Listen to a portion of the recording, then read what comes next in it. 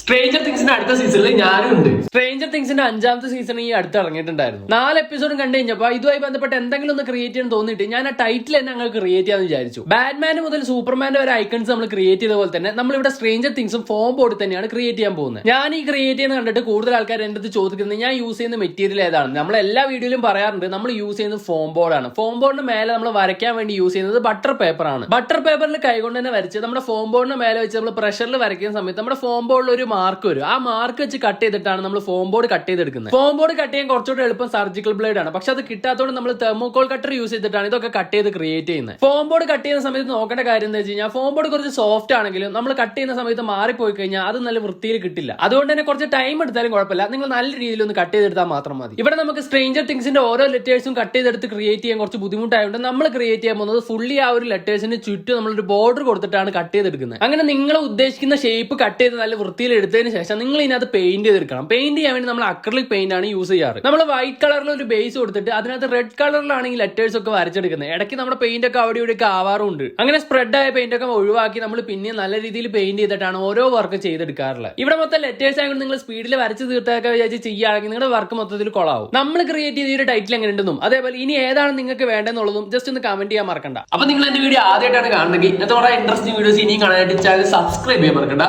അപ്പൊ